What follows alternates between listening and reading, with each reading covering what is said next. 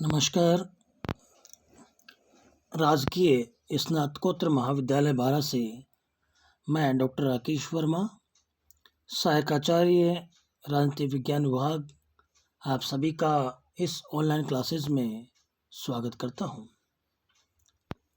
प्यारे बच्चों, BA first year का द्वितीय प्रश्न पत्र सेकंड पेपर है अपने प्रतिनिधि भारतीय राजनीतिक विचारक।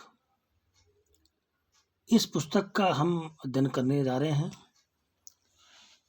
पिछली कक्षा में हमने प्राचीन भारतीय राजनीतिक विचारक मनु के बारे में बात की थी। आज की क्लास में हम मनु के विचारों का ही अध्ययन करेंगे। मनु के अनुसार जो राजा के कार्य हैं, उसकी जो कार्य क्षेत्र है और उसके कर्तव्य हैं, उस पर किस प्रकार नियंत्रण किया जा सकता है, इसके बारे में चर्चा करेंगे। मनुस्मृति जो ग्रंथ है या जो मनुस्मृति लिखी गई है मनु के द्वारा, उसमें इसका वर्णन किया गया है। मनुस्मृति के अनुसार राज्य के दायित्व हैं प्रजा का रक्षण, रंजन अर्थात लोक कल्याण और सामाजिक व्यवस्था का निर्वाह। मनु ने इन शब्दों विशेषता प्रजा रंजन शब्द का प्रयोग बहुत व्यापक अर्थों में किया है तथा मनु के अनुसार राज्य के जो कार्यक्षेत्र है उसका मनुस्मृति में विस्तृत विवरण किया गया। तत्कालीन जो परिस्थितियां थी प्राचीन समय में, हमारे यहाँ राज व्यवस्था थी और राजा प्रजा सैनिक ऐसी व्यवस्था उस समय थी। हाँ, उस समय वन व्यवस्था का भी बोलबाला था। उन परिस्थितियों में मनु ने जो है राजा के कार्य बताए थे। उसमें चलते हैं हम राजा के कार्य। मनु ने पहला कार्य बताया प्रजा रक्षण या मतलब प्रजा रंजन, दूसरा प्रजा पालन, तीसरा प्रशासनिक व्यवस्था का निर्वाह है, चौथा अर्थव्यवस्था का संचालन और नियंत्रण, सामाजिक व्यवस्था का नियमन और निर्वाह है, छठा है न्याय की व्यवस्था और सातवां है परराष्ट्र संबंध। हम बात करते हैं प्रजा रक्षण की। मनुस्मृति के अनुसार प्रजा रक्षण या प्रजा रंजन का राज्य का सबसे प्रमुख कार्य है। राजा का सबसे प्रमुख कार्य क्या होता है? प्रजा की रक्षा करना। यदि कोई विदेशी आक्रमणकारी आप पर आक्रमण करता है तो पहली बात है कि राजा का कर्तव्य यही होता है कि हम प्रजा की उन आक्रमणकारियों से या उन विपत्तियों से रक्षा करें। मनुस्मृति में कहा है क्या कि जब चतुर्दिश अराजकता की स्थिति थी, मतलब मत्स्य न्याय था उस समय। मत्स्य न्याय क्या होता है कि बड़ी मछलियां छोटी मछलियों को खा जाती हैं। जब मत्स्य न्याय था तब इस स्थिति में ब्रह्मा ने हिंदू धर्म में ब्रह्मा विष्णु महेश नाम से ईश्वर हैं, तो जो ब्रह्मा था जिसको हम सृष्टि का रचयिता कहा जाता है, उसने राज्य की रचना की। इस प्रकार राज्य की रचना प्रजा रक्षण के लिए हुई। प्रजा की रक्षा के लिए हुई और राज्य तथा राजा के अस्तित्व का कारण बना। और राजा का प्रथम दायित्व प्रजा रक्षण होता है। ब्रह्मा ने राजा को बनाया किस लिए? कि वो प्रजा की रक्षा करे, मत्स्य न्याय खत्म हो, अराजकता की स्थिति खत्म हो। मनु के अनुसार राज्य के द्वारा अपराध प्रवृत्ति वाले लोगों के लिए सजा का प्रावधान किया गया। दंड का प्रयोग करने के लिए राजा को कहा गया और शक्तिशाली व्यक्ति निर्बलों के प्रति उचित व्यवहार करे। इसके लिए राजा को आवश्यकता अनुसार शक्ति का प्रयोग करते रहना चाहिए।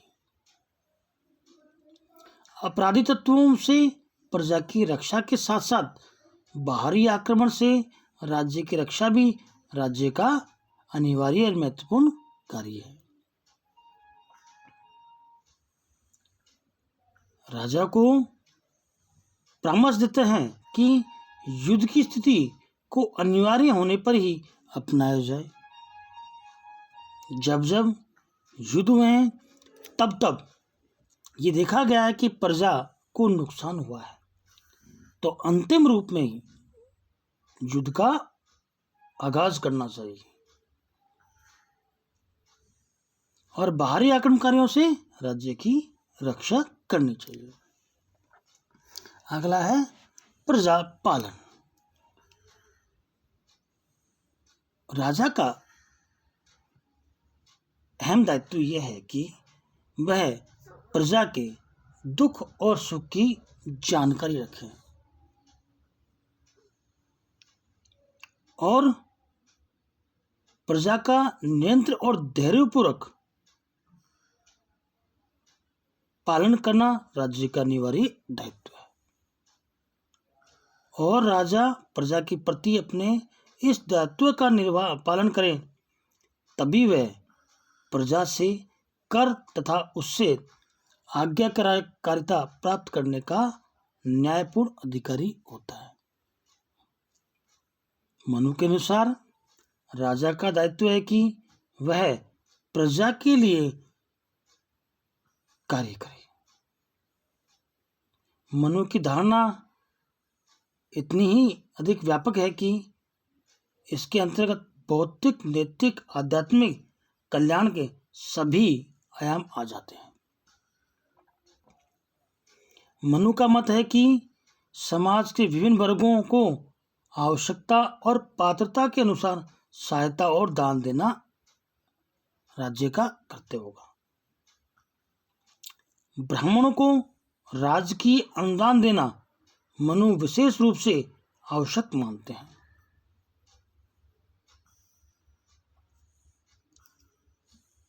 राज्य को दुख के समय प्रजा के साथ हमेशा लगे रहना चाहिए।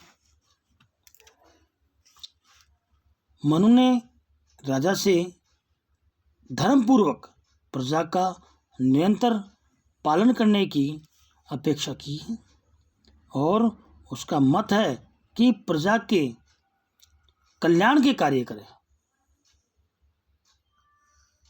राजा को सभी वो आवश्यक कार्य करने चाहिए जो प्रजा के कल्याण के लिए हो। तीसरा है प्रशासनिक व्यवस्था का निर्वहन।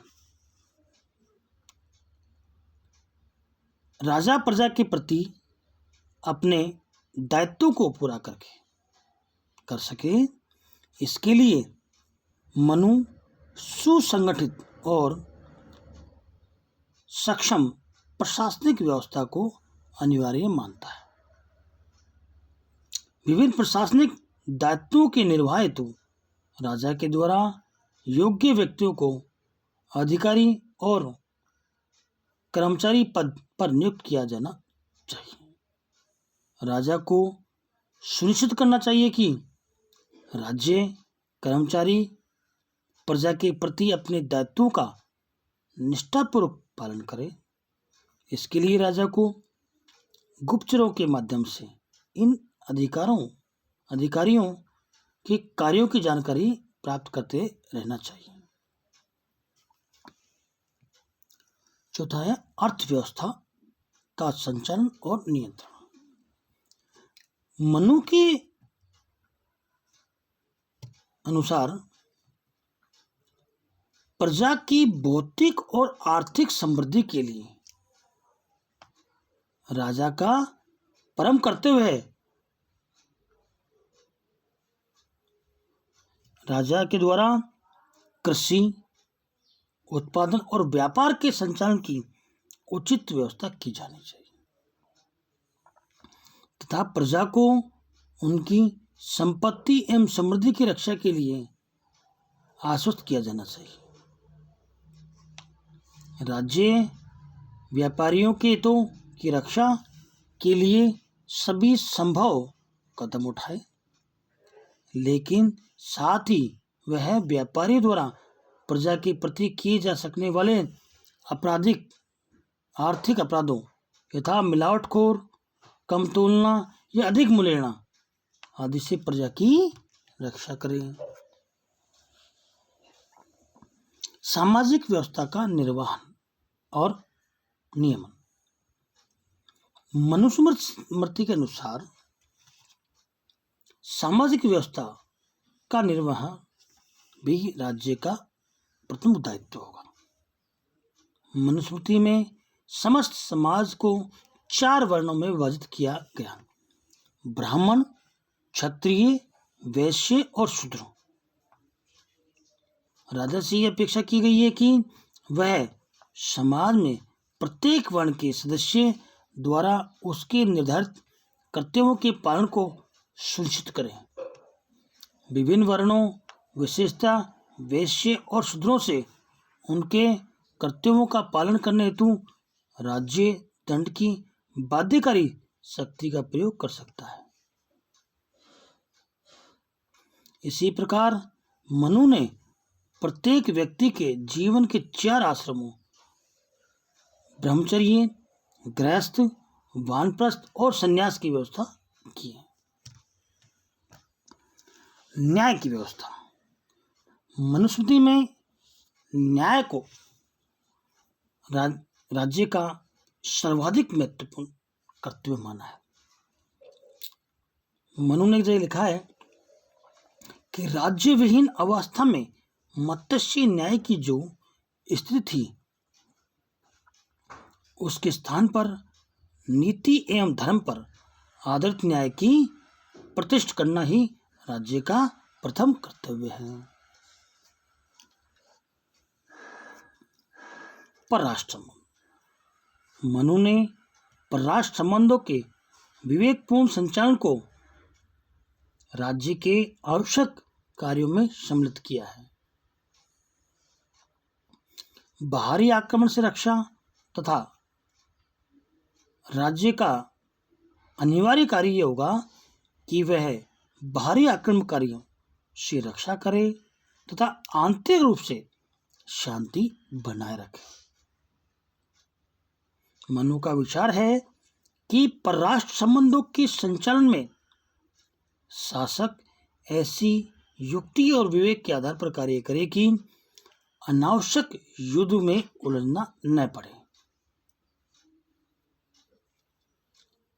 राजा को यह कहा जाता है कि वह अंतर्राज्य संबंधों के संचालन के लिए एक सैद्धांतिक रूपरेखा प्रस्तुत की जाए तथा शासक को इस संबंध में मंडल सिद्धांत, षड्गुण नीति और जो उपाय दिए गए हैं उनका निष्ठापूर्वक पालन करें। इसके अलावा राजा को अश्वमेध, विश्वजित आदि यज्ञ करवाते रहना चाहिए। राजा की सत्ता है, उस पर नियंत्रण के बारे में भी मनु ने बताया कि जो राजा है वो निरंकुश ना हो,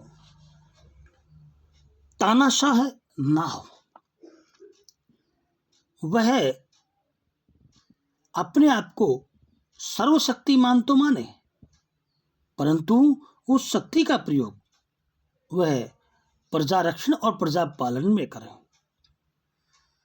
परंतु अपनी शक्ति का प्रयोग वह प्रजा के ऊपर करता है या अपनी जो उसको दायित्व दिए गए हैं उन दायित्वों का निष्ठापूर्वक निर्वाह नहीं करता है, तो मनु ने उस पर नियंत्रण करने का भी अधिकार वहां की जनता को दिया है।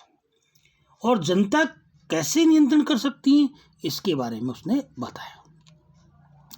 राजा की सत्ता पर नियंत्रण करने के लिए उसने पहला बताया धर्म का नियंत्रण, दूसरा संस्थागत नियंत्रण, तीसरा राजा के लिए दंड और चौथा है प्रशिक्षण और दिनचर्या। पहला हम बात करते हैं धर्म का नियंत्रण। मनु ने राजा को धर्म के अधीन रखा गया है। यहां एक बात महत्वपूर्ण है कि प्राचीन भारत में राजा के ऊपर धर्म का नियंत्रण होता था। राज्य से पहले वहां पहले धर्म था। मनु ने राजा को धर्म के अधीन रखा है और इस बात पर बल दिया है कि राजा सदैव ही प्रजा का पालन तथा उसकी रक्षा करे। राजा को देवी अथवा देवांश बताया गया है, किंतु बल उसके देवत्व पर है, न कि उसके अधिकार अथवा चाहे जिस प्रकार का शासन करने पर। और देवत्व पर बल देने का तात्पर्य यह है कि राजा के द्वारा देवीय गुणों के आधार पर प्रजा का पालन किया जाना चाहिए। राजकीय कर्तव्यों की सैद्धांतिक मीमांसा को मनु ने अपने ग्रंथ में राजधर्म के नाम से परिभाषित किया है।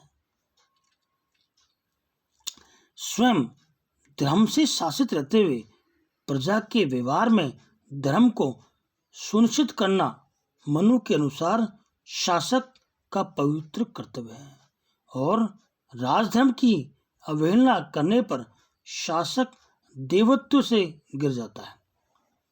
मनु शासक पर धार्मिक नियंत्रण की व्यवस्था करके उसकी स्वेच्छाचारिता पर अंकुश लगाते हैं, उसे लोकहित में कार्य करने के लिए प्रतिबद्ध करते हैं। संस्थागत नियंत्रण। संस्थागत नियंत्रण का अर्थ है जो व्यवस्था राज्य की बनाई गई है, जिसमें मंत्री, दूत, गुप्तचर या अन्य शासक जिनको अपने विभाग दे रखे हैं उन विभागों का भी नियंत्रण रहता है। हालांकि सर्वोच्च सत्ता राजा के अधीन होती है। राजा की शक्ति का संस्थागत नियंत्रण भी लगा है। मनुस्मृति में स्पष्ट विधान है कि महत्वपूर्ण विषयों के संबंध में राजा के लिए मंत्रियों एवं अन्य शासकीय अभिकरणों से मंत्रणा प्राप्त करना आवश्यक है। मनुस्मृति में जो कराधान की शासक की शक्ति को नियमों के अधीन माना गया है तथा इन नियमों का उल्लंघन करके अनावश्यक रूप से कर लगाने एवं एकत्रित करने की राजा के विनाश का कारण बनता है। कर लेने की राजा की शक्ति मर्यादित करते हुए मनु कहते हैं, जिस प्रकार जोंक, बछड़ा और मधुमक्खी थोड़े थोड़े अपने अपने खाद्य क्रम से रक्त, दूध, मधु ग्रहण करते हैं, उसी प्रकार राजा को प्रजा से थोड़ा थोड़ा वार्षिक ग्रहण करना चाहिए। राजा के लिए दंड की व्यवस्था। इसमें राजा को मनुस्मृति में राजा के लिए दंड का विधान है। राजा विशिष्ट देव होकर भी साधारण प्रजाजन की भांति दंड भोगता है।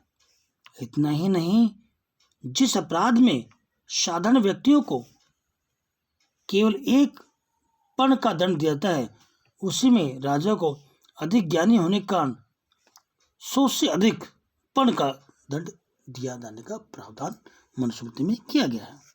चौथा है प्रशिक्षण और दिनचर्या। मनुस्मृति ने में राजा के लिए जिन गुणों को बल दिया है,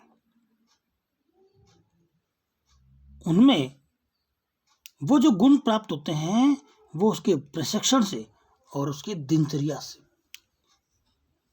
मनुस्मृति के अनुसार राजा को विद्वान, जितेंद्रिय, न्यायी, विनीत एवं लोकप्रिय होना चाहिए। इस बात पर बल दिया गया है कि राजा को काम वासना और क्रोध से सभी रूपों से तथा सभी व्यसनों से पूर्णतया मुक्त रहना चाहिए।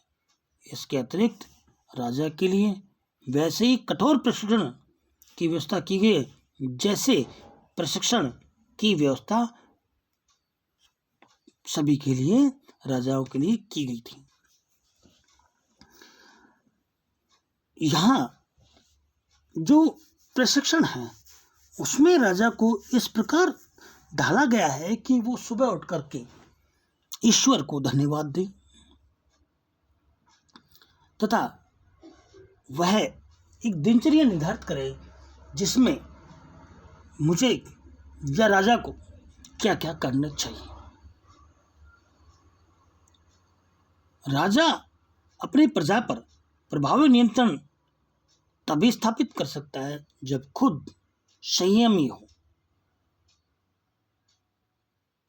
मनु के अनुसार राजा इस प्रकार का कर्तव्य करे, इस प्रकार का कार्य करे जिसमें कोई भी जनता के व्यक्ति उस पर आरोप प्रत्यारोप नहीं लगाए, क्योंकि राजा जो है वो ईश्वर का अवतार है और ईश्वर का अवतार, ईश्वर कभी गलती नहीं कर सकता। इस बात को ध्यान में रख करके राजा को अपने कार्य करने चाहिए। मनु ने एक बात स्पष्ट की है कि राजसत्ता जनसत्ता की शक्ति को स्वीकार करे। यह बात महत्वपूर्ण है कि राजा संयमी हो और प्रजा का आदर करने वाला हो।